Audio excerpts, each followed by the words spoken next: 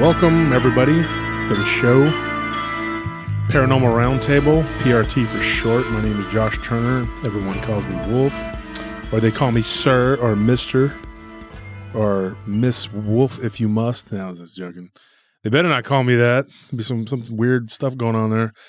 So, here we are. We're going to talk tonight about pretty important subject, I guess, when it comes to my show and what we've discussed this on Dogman Encounters, and so we're going to get back to it. It's been several episodes since we've actually talked about it, but I like to get my ducks in a row when I do this episode, so that's what we're going to get into. But before we do that, I'm going to talk about the email address. That's PRT Josh Turner at PRTpodcast.com, and we have a website which is PRTpodcast.com. And I have a group called Paranormal Round Table, and I'm joined by my co-host, Nellie. And Nellie, you have a group? Paranormal Lounge. And you can go in there and have your nice little cocktail and just kick back and... go home haunted. There you go. And then we also have Paranormal Encounters, which is Tony Mushu's group. And we have Whisper to a Scream, which is Ryan Paul Tremblay's group. And we all kind of consolidated into one big conglomerate of Paranormal Roundtable.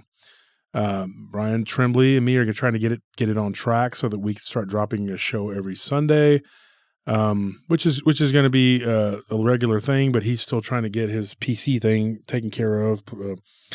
Folks, don't forget about the art contest, the Willie Williams art contest. This is the second one we're doing. It's for February, and it is Goatman.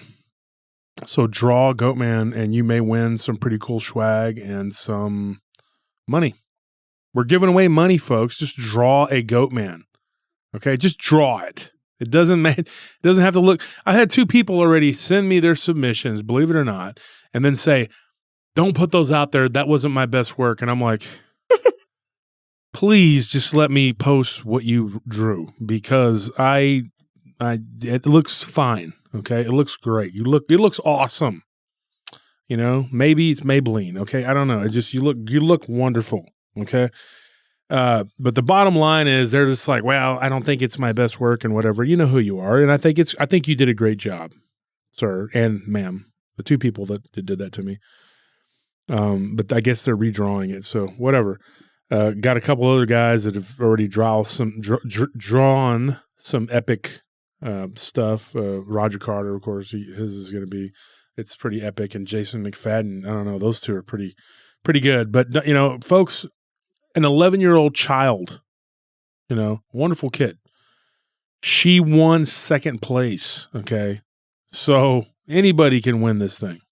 I'm not saying that she did a good job. But anybody can join. They're like, well, I don't know if it's my best work. We're not. It's not going to be in a museum. Okay, it's just for PRT guys. Okay. So, anyways, I'm joined by my co-host Nellie, my beautiful, wonderful wife. A little bit naggy, but I love her. And then my overbearing and obnoxious nephew, who's always pistol whipping me and trying to beat stories out of me. Well, it's not an easy job, but someone's got to do it. He's like Michael Jackson's dad. It's a thankless job, really. It's to throw things at me and force me to do this. Yeah. I didn't even want to record tonight. I've been so slammed since the ice storm here in Texas that we have had how many accounts we got going? 12? Just about, yeah. It's unbelievable. And we're like hiring people off the street. We're like, hey buddy, put down the change buck and come put down the squeegee on the street corner and just come to work. All right.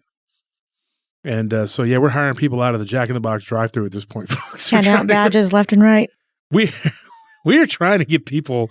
I'm calling up like family members, and they're like, "No." It's immediately when they answer, "Hey, how you doing, Uncle?" No. Okay, all right, fine. All right, you got me. I was going to ask you to work, but Anthony's like, "Hey, the show must go on. We got to get it done." So this is all part of the Dogman deal we're doing for the next 2 months or whatever. Once we're done with this one, then we'll have Carrie Eaton come on, and she's going to talk about her Dogman experiences. She has the biggest Dogman group around. So Carrie, we haven't forgotten about you, but what we're going to talk about tonight. Do you want to tell the folks what we're going to talk about? Yeah, we've had a lot of people ask about this subject over and over and over, especially in the live streams. Every single Tuesday on the Tuesday live streams, we get questions about Hernandez Ranch. Everybody wants to go back there. Everybody wants to hear about if there's anything new regarding it, and that's what this week's episode is going to be all about. Yeah, and we did Joe's story, and the Hernandez people that's not their real names. There are people that me, Anthony, my brother, and Scorpion all know personally. Tony, we all know these people. We worked with them at for a very large construction company. They have branched out, and they're doing. The brothers kind of split. Now they're not enemies. They just got so big that they had to divide the company up. And one of them is working in South San Antonio, and the other one's still working up here. And they are doing a lot of work, construction work for these very large companies. They're basically contractors, but they have a big thing going. So one of them is the focus of tonight's episode, and his name is Robbie. You may know him as Robbie. Now I'm gonna do an overview of his story that I told on Dogman Encounters episode 116, because I remember this one like it was yesterday. I had gotten his brother Jerry to tell me a few things, and he said, look, I got some stories, but I got my uncles and my brothers and my neighbors that can tell you stories about these creatures, these dogman creatures. So that's what we're going to talk about. We're going to get into that. But do you want to announce the Patreon? Do all that? Oh, right, yeah. If you don't know already, we have a Patreon up, and we have 3 tiers. Just for now, it's a brand new thing. It's a work in progress, but we have a $3, $5, and $10 a month tier. And $1,000. Well, yeah. You can do that if you want. Sure, you can pledge whatever monthly amount you want. And a $10,000.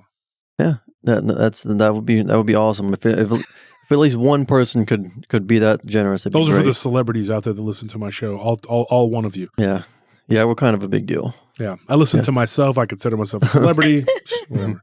But when it comes to the links for the Patreon, for the Facebook, for the website, for the merchandise shop, pretty much anything and everything that Wolf goes over in the intro, you can find the links down below in the description box. There's everything you need, as well as the credit all of our Patreon producers. And we do a Q&A on Tuesdays. Yeah, and that's another thing. The Q&A, if you're listening on iTunes or Spotify or any of the other myriad of platforms that we are on, we do a live stream Q&A on Tuesdays, but that's only on YouTube. So if you want to be a part of that, it's a video live stream that Wolf does every Tuesday at 7:30 p.m. Central Time. But you will have to come over to YouTube. And also, we get paid by YouTube. So if you're listening to us on Spotify or any of the other platforms, do us a big favor and just go to the YouTube channel and like and subscribe, please. And, whatever. Listen to the show on there if you want. Listen to it however you want. But we get paid for that, and that actually helps support the show. Other thing I was going to talk about really quickly before we get into the stories of the Hernandez Ranch, we encourage everyone to join our Paranormal Round Table group or whatever, because it keeps you abreast on what's going on Paranormal Round Table. And so that is something that we encourage, even if you're not on Facebook, if you would just go just to be a part of our group and join and add, your flavor to the group. Paranormal Round Table, please. That's the group. We're trying to grow it and reach as many people as we can, because we have a lot to talk about, and we want you to hear it. So that being said, this is a big subject. It's hard to tackle. I don't even know where to begin. So what happened was, in Dogman Encounters with Vic Cundiff on episode 116, which became a very big story, a very big show, it was very popular. And then it led into 136 and 137 because I did more research and I began to talk to these people more and more, and it just turned into, the story of these people, and then it went into the history. They told me the history and all the things that had gone on. they had basically been battling with these entities for a long time, but it still continues to this day, and it's gotten. I'm very convinced that these things are almost at war with these people. I mean, it's like it's not stopping, you know. There was sort of a Pax Romana when Stripes, and if you don't know who Stripes is, you can go back, I think, to 136. Is that it? I believe so. And it'll talk about who he was. And there was kind of, like I said, a truce when he was around, but then he's gone, and everything just kind of went to wolves. Can I say hell in a handbasket? Yeah. Kind of went to that. And so everything went to the dogs. Yeah, the dog man. And so once he was gone, and of course Abel kind of predicted that, you know, that was only going to be a finite amount of time that they were going to have. And I think it was actually, to me, I'm going to say this, I'm going to go out on a limb and say this. I think that was a amount of time that they were given to get the heck off of that property. Honestly, I think that that's what these things want. I think that they wanted them gone. Maybe not just from the property, but just, you know, they just wanted them, away from them or something. And that's, you know, so it didn't happen. And so they are sort of, I guess, for lack of a better term, haunted by these things. In the last installment of the 100th episode, Return to Hernandez Ranch, we talked about Joe. And Joe would be Robbie and Jerry's uncle. Okay. And Jerry is the guy I met, not that I met first, necessarily, but the person that I talked to first about these things. And he's the one that I kind of made friends with, and I'm still kind of friends with now. But I made friends with all of them, but Jerry was the one that I kind of, you know, clicked with, you know. And so he introduced me to his brothers, his cousins, his uncles, his aunts, his everybody. And then I ended up meeting his neighbors and their families and their friends. And Robbie was his younger brother. Now, Robbie's story in 116, I'll go over that real quick. He was out hunting, and he saw a creature about 100 yards out, reddish brown, that he had never seen before, and it was in this area they called the holler. And he had some binoculars. He was out hunting, looking for hogs, and which are a nuisance animal in Texas. We try to kill them because they are absolutely just horrific animals here. So they tear up property, they kill livestock. They're a nuisance animal, and you can actually get paid to kill them here in Texas. But anyway, they're trying to keep them off their property and clear them out. They had incidents with these dogman creatures, but Robbie had never, as far as I know, had never really had a problem with them or dealt with them. And he was 17, and he took a shot, or he was going to take a shot at one of them because at first it was like a giant razorback, like a hog. And then he was like, no, it's a wolf. What is that? So he's looking at it through the scope, and he had a very powerful pair of binoculars. And so he started looking at it through the binoculars.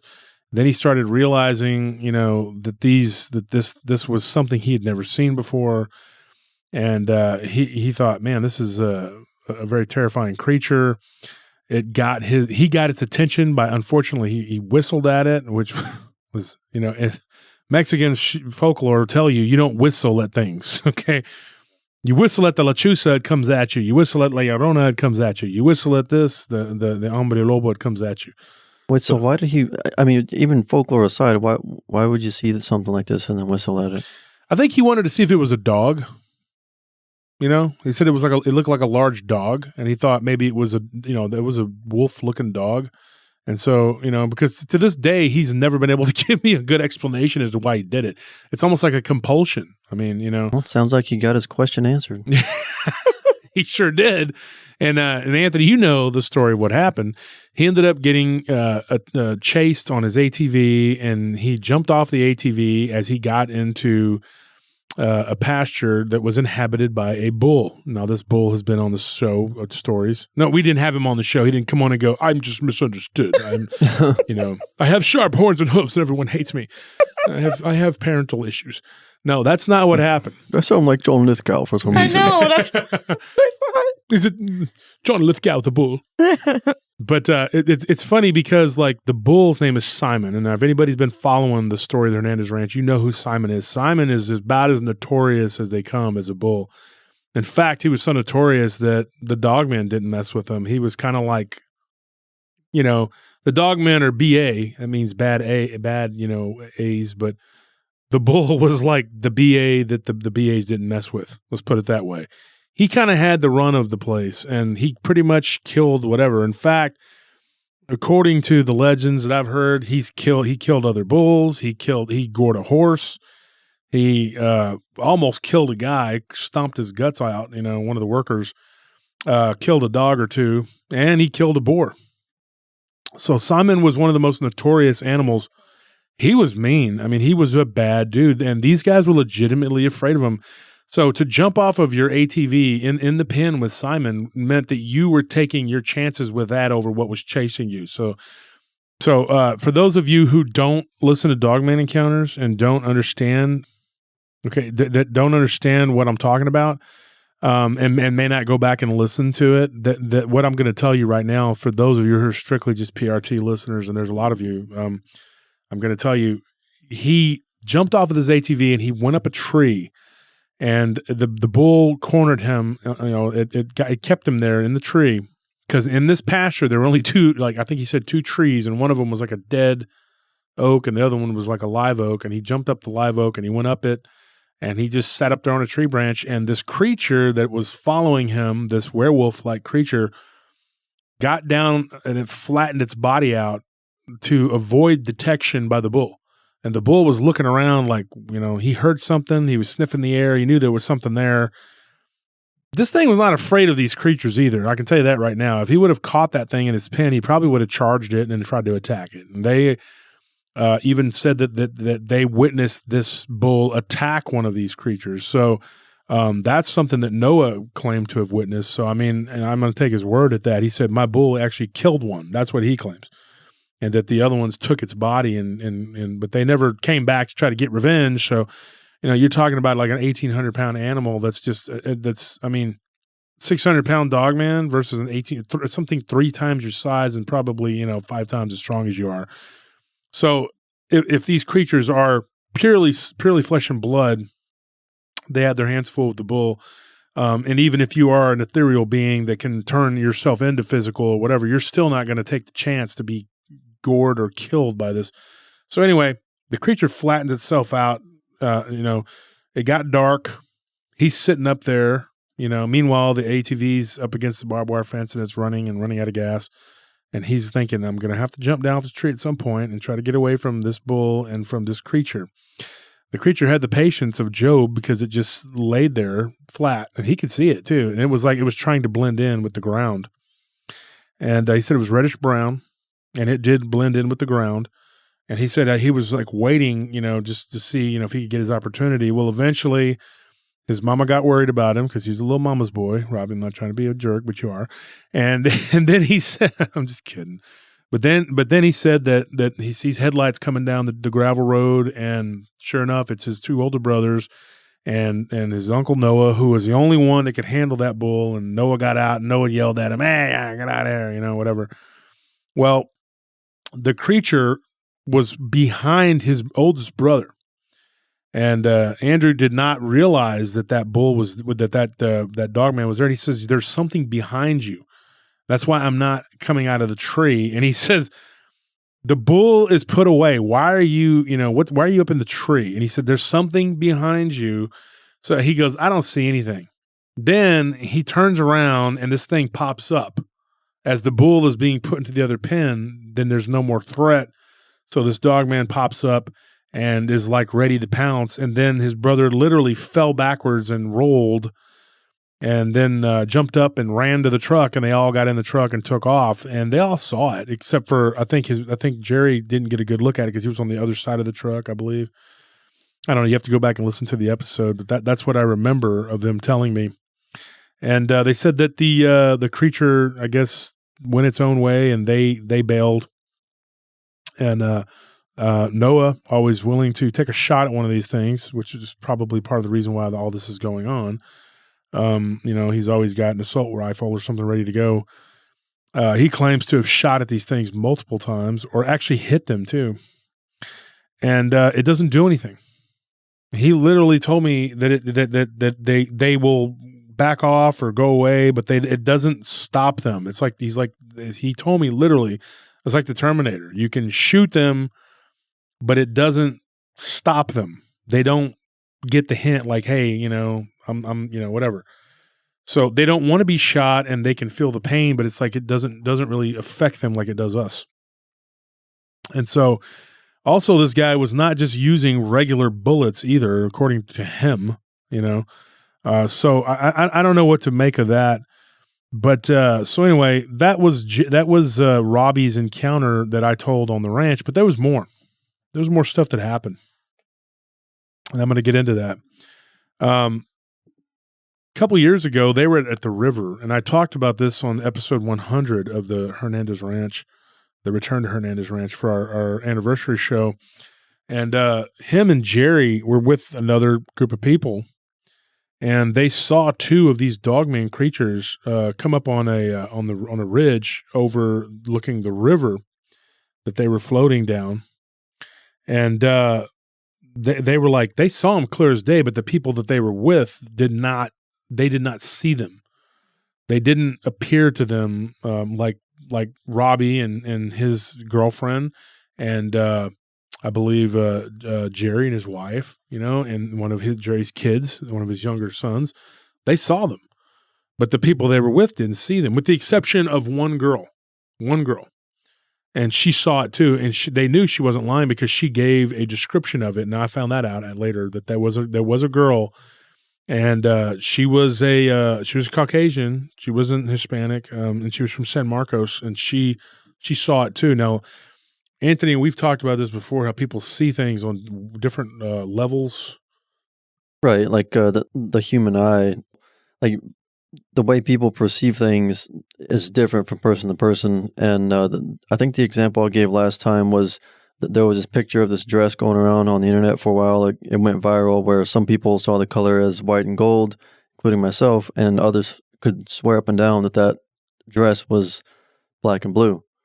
So, I mean, it just goes to show that people perceive the world in different ways. And the reason that went so viral is because it kind of threw people for a loop. The way they see things or don't see things, it's not how everyone else does. Yeah, and for the people that saw it as blue, there is a name for what they're what those people are, and they're called aliens. So, anyways, I was going to say wrong. Because it was definitely wrong aliens, white and gold. The people from outer space. But because I didn't see that at all. I was like, "What the heck are you seeing? Is this a joke?" I mean, but anyways, that just pertains to color. But the point is that there are people who are more or less sensitive spiritually, and then there are people who have like a wider range of vibrational frequencies that their eyes can perceive. So, yeah.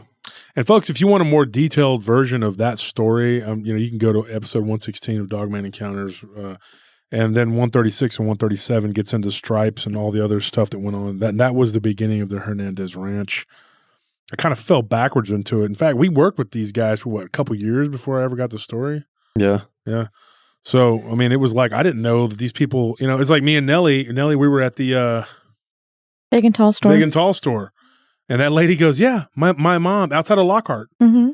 Tell that real quick, like what she said. It didn't. She said that her mom was driving to work early in the morning, so it was daylight, and she was headed to work in a little Geo Metro, and it almost got as she was driving, something hit the front of the car and rolled over the top of it, and she looked, and when she looked back because something else had hit the car, there was a dogman. She didn't call it a dog man, but she said werewolf. She would, yeah. Well, what we know as a dog man, a werewolf, whatever, was trying to get in. It was running along the side of the car and trying to get in through the window.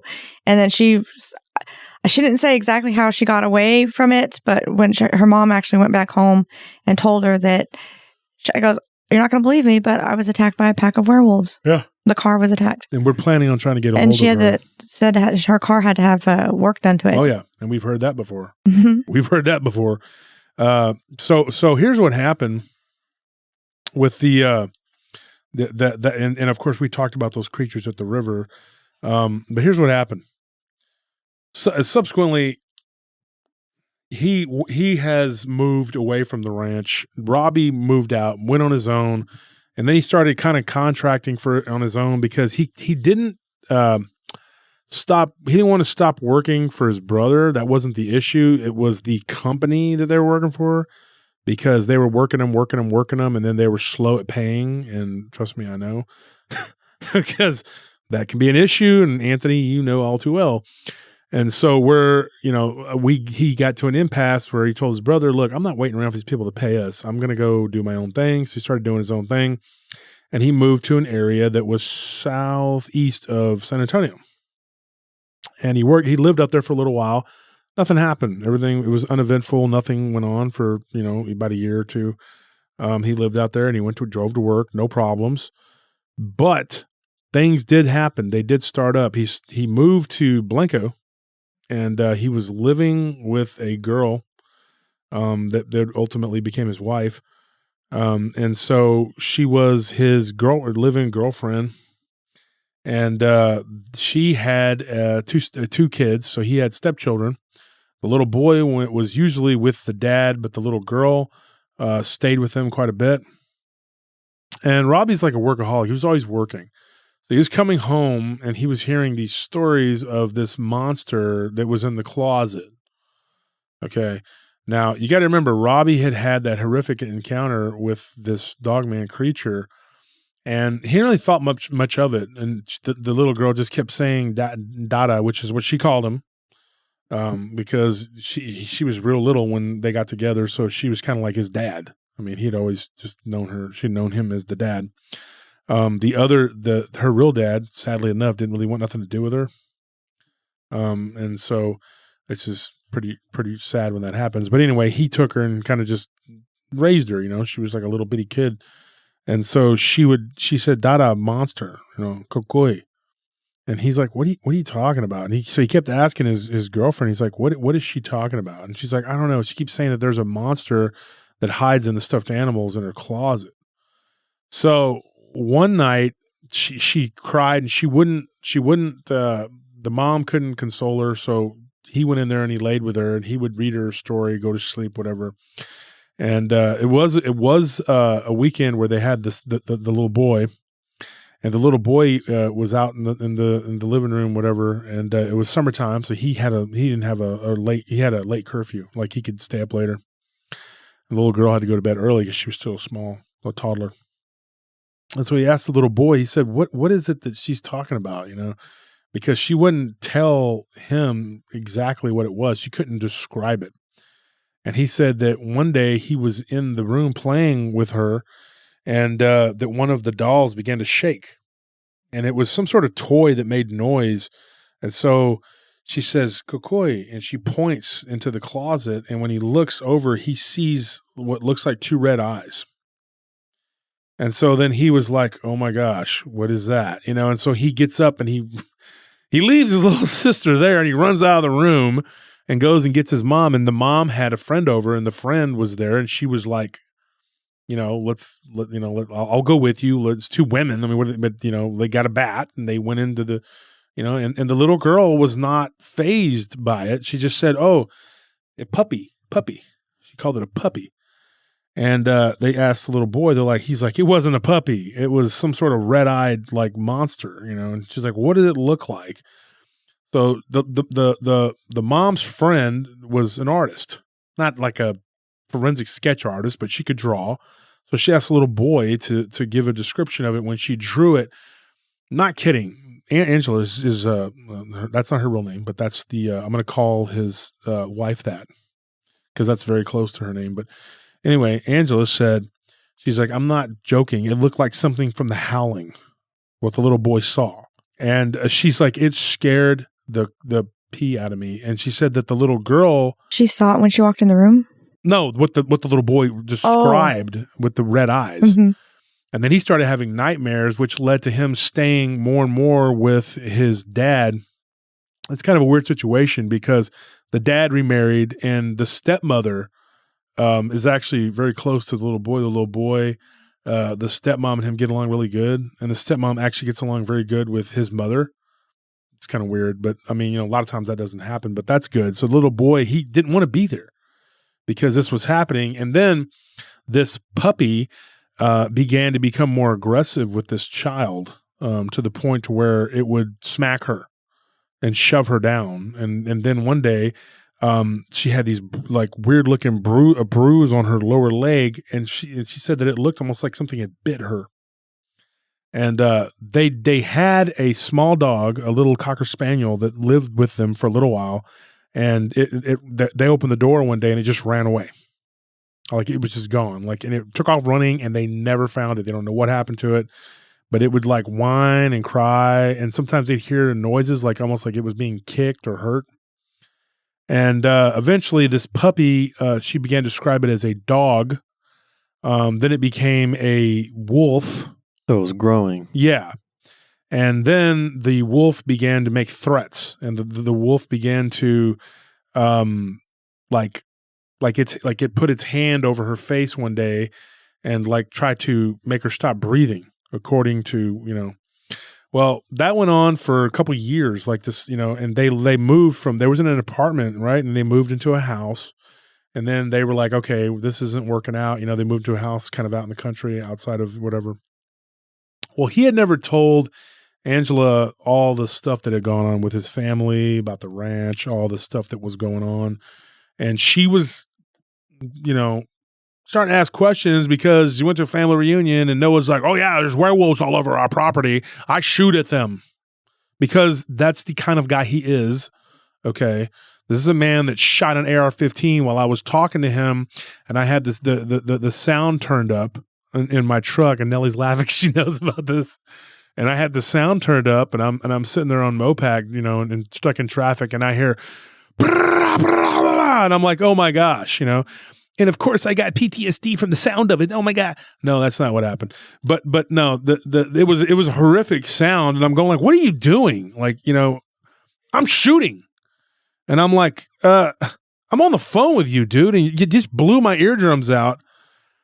And this guy's an ex-Vietnam vet, and I'm not bagging on him, but he's kind of a wingnut, and he doesn't really care, and he blurts it out to Angela.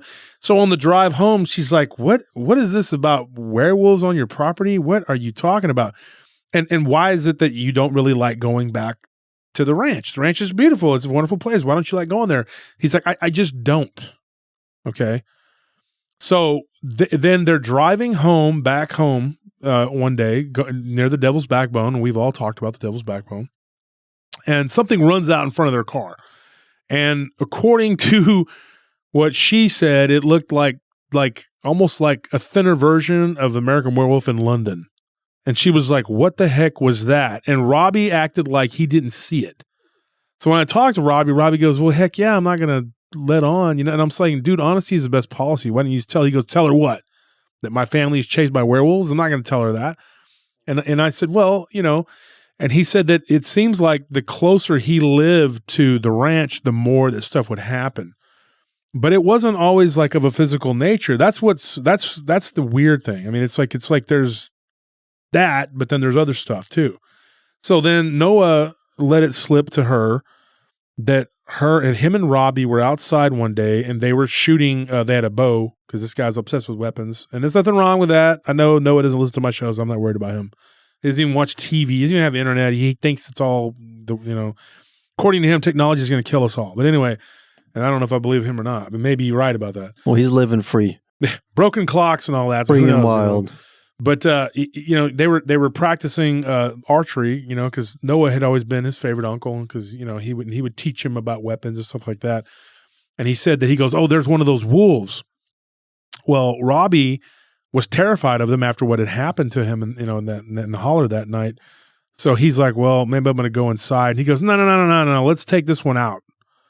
So Noah decides to pull out his AR and starts opening up on it. And he nails it. It was going on all fours. According to Robbie, he said, I saw it, dude. It was only about 60 yards out.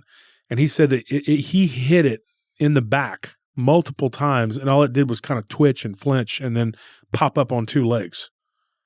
Yeah, I doubt you're going to take one of these things down with an AR. Yeah, and he hit it. He hit it several times, and he's like, dude, you got to just keep hitting him. You got to hit him in the head. And he goes, what is this, Walking Dead? You know, like you got to hit him. So he's like discouraging his uncle because this thing is starting to get more angry. And he said, now this is what he said. Robbie said that because before my eyes, this thing got bigger. He said it grew. He goes, Wolf, I kid you not, it got bigger. Like it grew. Like maybe a foot, its chest and its shoulders popped out long. It was bigger. And his uncle continues to nail it. And he's like, it's not doing anything but making like puffs of dust looking stuff come off of it. And he's like, he goes, it was crazy. He goes, I don't, he goes, maybe it was like, so what Noah told him was very interesting. He said that there's two different kinds. He said that there's the living ones that are flesh and blood that you can kill. He goes, but then there's the ones that reanimate. Now, Robbie's like, what are you talking about? He goes, you kill them, but then they get back up and then they move around and they're dead already. They're like dead. Like zombies. Yeah, like zombies. And I was going like, what is he talking about? And then, of course, Robbie prefaces it with, you got to understand, my uncle smokes and drinks and does a lot of stuff. Have not talked to Noah to ask him if that's what he's talking about. And he did say he was quite drunk when this happened, but he did witness this thing get bigger and him shoot it. And he said that the way to kill them is to knock them out. And then you go up to them and you pour something on them and then you burn them up. That's how you get rid of them. That's what Noah claims that he can do, that he's done this. Now, that whether I believe that or not, I have no idea. People at home are listening going like, well, it seems like a good policy to get rid of pretty much anything living. So just burn it up, right? Yeah. He also claims to have dumped one in the river and it got caught up in some branches and then was eaten by fishes, but who knows? But he said that was the one that Simon, and then these other dogmen came, or whatever. He doesn't call them that. He calls them wolves. But they came and they pulled it out and took the body. That's what he claims. Now, I know, because I had been given two different stories, but that's the official story that he was telling, that Robbie had told me that he said. Now, I asked Robbie, I said, when you witnessed this, I mean, what were your thoughts? He said, my thoughts were, I'm glad I didn't shoot at that first one, because it might have just done this, But you got to think about this. Okay. If this thing is impervious to some sort of bullets, why would it have hidden from the bull? That's the question. I mean, is there something about bullets that don't affect it? Is there something that it can do that the bull can do that the bullets cannot do? Or is there something that a physical confrontation with with a being that can hurt it, whereas certain types of weapons cannot? Maybe when it's flesh and blood and it's take on that form, it can be harmed. What do you mean? Like the bull killed that one. Maybe it was, in full form. Or is it true what he said, that these things can reanimate? And that once they reanimate, you can't kill them. That's very possible. He said all you can do is knock them out and then burn them. What's weird to me now, when he says knock them out, now think about this. Is it some sort of like a spiritual thing where something goes inside of it and then, you knock that spirit out of its body? With a spell or something? Yeah, because we were talking about an exorcism that took place in Brazil, and we're going to get into that eventually one day, where the spirit was knocked out of the woman's body temporarily. Gosh. Yeah, I know, it scares you, I know. But think about that, though. Is that what, then while the demon or spirit or whatever is out, or its soul is out, then you can burn it? I mean, what is that? Oh, you knock it out of its body. I mean, that's all I can think of. Or maybe it goes into a hibernated kind of, I don't know. It just... Well, pertaining to these things being afraid of Simon and not bullets, I'm looking at it a little bit more simply. I mean, it could just be that caliber that he was using is not really effective on them. So, I mean, it's just like kind of pelting them with rocks or something. How do you explain it growing larger? I'm not even going to attempt to explain that. I don't know. I have no idea. The esotericism is just, I think if one of these things gets shot with a 50 cal, then they'll have a lot more respect for that, and they'll be afraid of that, just like they are afraid of Simon. Very, very possible. So let's get back to this creature in the closet. Now, here's the thing. This creature that was in the closet was never seen by Robbie or his eventual wife. The little boy saw it on one occasion. He was supposedly, in the bathroom, and he heard a scratching at the door, and he thought, poor kid, he thought his puppy had returned, and he opened it, and this thing was laying on the ground scratching at the door, and it was like this black.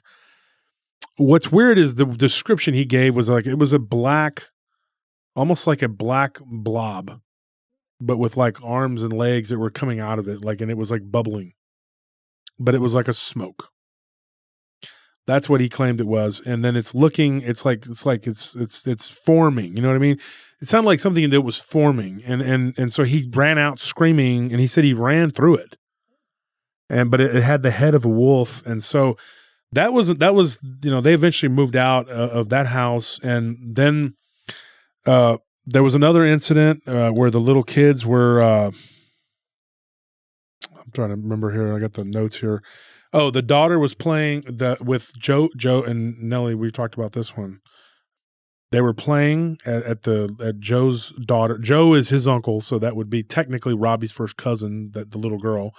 But Joe had some kids late in life or whatever. But they had a stepdaughter and his regular daughter and his real daughter, and then they were playing at a friend's house, and then they were joined by Robbie's stepdaughter, who he dropped off. Now, since then, he's had another child, another little girl. And so anyways, they dropped the child off. And so these little girls were all playing together at a little sleepover at a neighbor's house that lived in town. This was in Wimberley, and in the town of Wimberley, whatever. And so they ended up having this little sleepover, and they, in the middle of talking about this werewolf type creature that was living in the old house that girl lived in, which was years before that. And she said that they, while they were sitting there talking about it, an object comes flying out of the closet. And now, what was it, Nellie? I don't want to say. It's a Ouija board. It was a Ouija board. So we're told that this Ouija board comes flying out and lands completely open. Why do people have these things in their house? Yes, right? Exactly. And the little girl who lived there, it was given to her by her older sister who had since moved out. And she said, I don't play with that, And the other little kids were like, how does it work? And so the planchette, according to these kids, the planchette began to move on its own.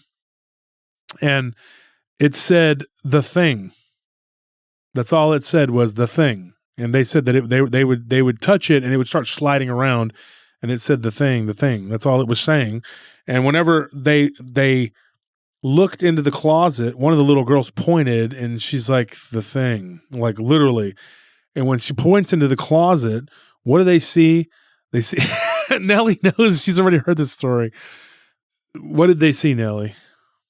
They saw a werewolf. Yeah, with red eyes, and it was standing there, and it started to kind of shake and shimmer, and then they heard like two loud thuds, just like the feet, like it was hovering, and then it just landed on the ground, and it was vibrating, and Nellie's very grossed out, and it's standing in the doorway, and then at that point, the thud like shook the house. Okay. The mom and dad were downstairs playing cards with some other couples or whatever. So the guys come running upstairs when this thing, tell them what this thing did. It just turned and looked at them. And then it turned and looked at the guys running, the dads coming, and then in their looked direction, back. Yeah. It looked back at the kids, and it raised its fingers to its lips to shh them, and then it poof. And then it turned into like dust or smoke. But here's the weird thing: it left ash. Like there was ash, that they could touch. It was like ash, and then it had a big grin on its face. Now, this happened to these children, and it just completely terrified them. And so you had this whole, nightmarish encounter. And then one of the little girls, ended up in therapy, the little girl whose house it was that they lived in, that whatever. And the mom took the Ouija board and threw it out the window somewhere. I don't know the whole story. That's what they were told. I was told. And so that's this whole thing was going on. And Robbie kept telling me, he's like, dude, I didn't want to believe that this was connected to what was going on at the ranch. But he said that while all this was going on, one night his dad, who's Andrew, not Andrew Jr., his older brother, but his dad, Andrew Sr., because Jerry, he's the middle brother. And Andrew's the older brother. And then, of course, there's Robbie.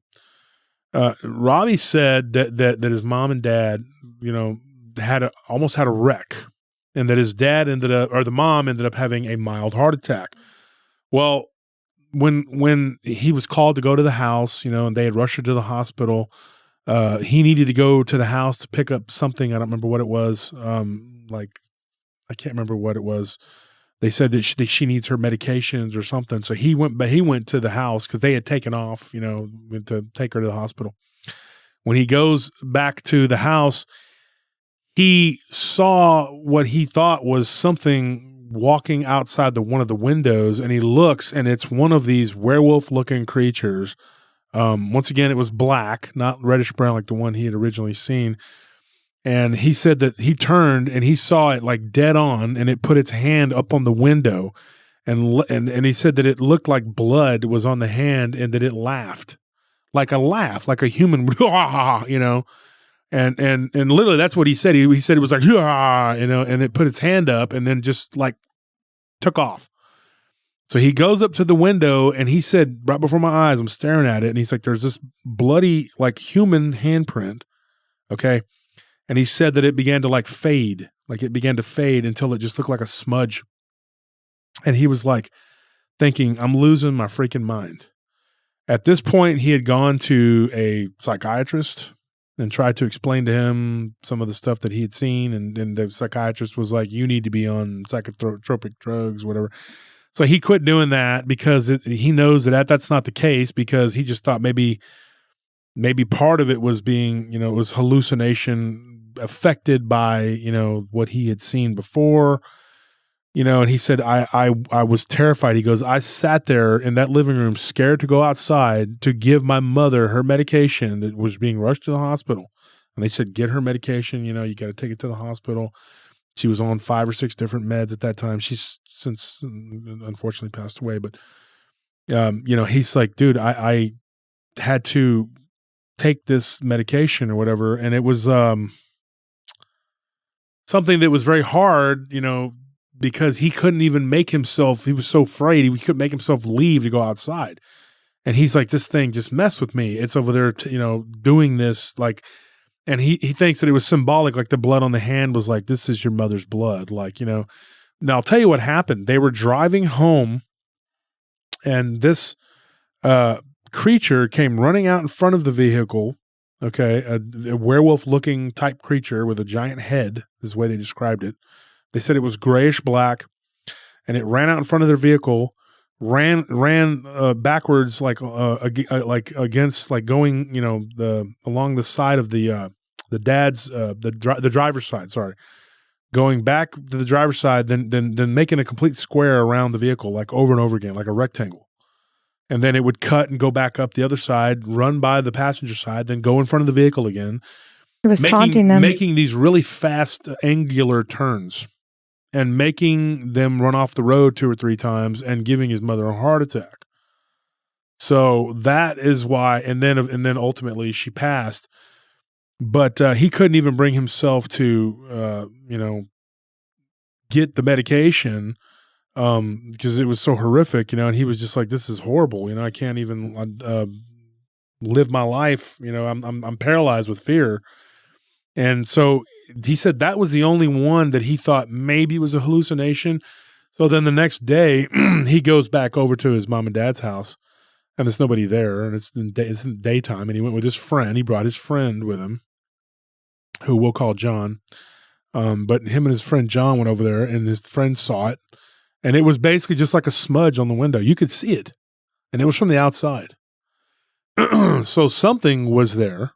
I think this is straight up demonic. That's what I'm thinking, And so then here's what his friend John said. His friend John, who liked to smoke the reefer, okay, he told him, well, maybe we should clean ourselves up, maybe I should. He goes, well, I don't smoke, I just drink. He goes, well, maybe you should stop drinking, I should stop smoking, and we should just start going to church. Let's just stop doing all this crap, going to pool halls and, It's a good idea in general. Just, whatever. Let's just, and he goes, I'm going to talk to Joe and I'm going to talk to, Andrew and everybody, and let's all just, let's just do the right thing. Let's all just try to be a good, whatever.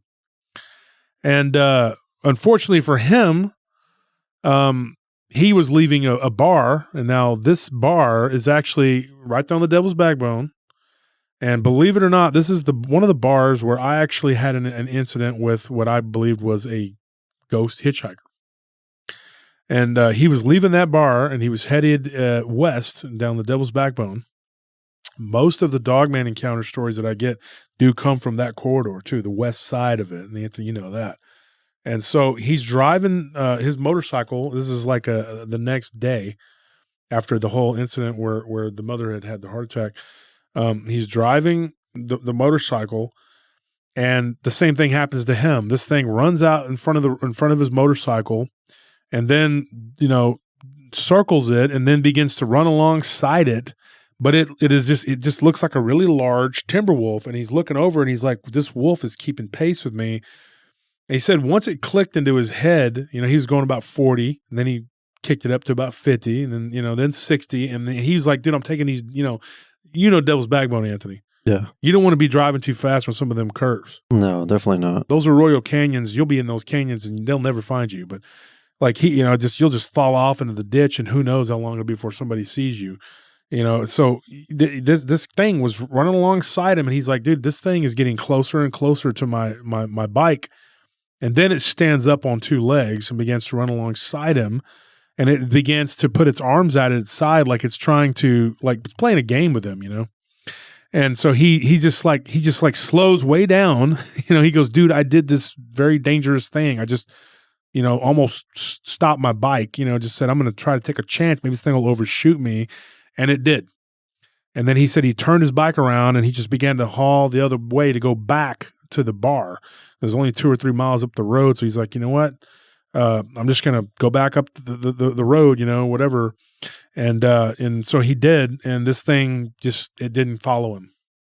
He got back to the bar and he had to tell a friend, hey, can you give me a ride? And he left his bike there. He said, I'm too drunk to drive. He's like, I wasn't really that drunk, but I got back, and the guy said, yeah, but I'm not leaving for a little while. So he said he got drunk by the time he left, because he was, and he knew the owner, and she said, yeah, you can leave your bike. It's all good, whatever. So he gets a ride home, and then goes back the next day, gets his bike. Nothing happens that day, but the day after that, he's sitting on his couch. Okay, and this is Robbie's friend, sitting the one that said, hey, let's all go to church and let's change our lives, right? And he says, he's like, I'm not gonna lie, I was smoking, I was doing something. And he's like, I look up and I feel like this gust of cold wind behind me. He goes, and I look up and I see this black thing, and it was so fast. He said that this thing, like he felt two weird, like clawed hands on his neck, yank him up off of the couch.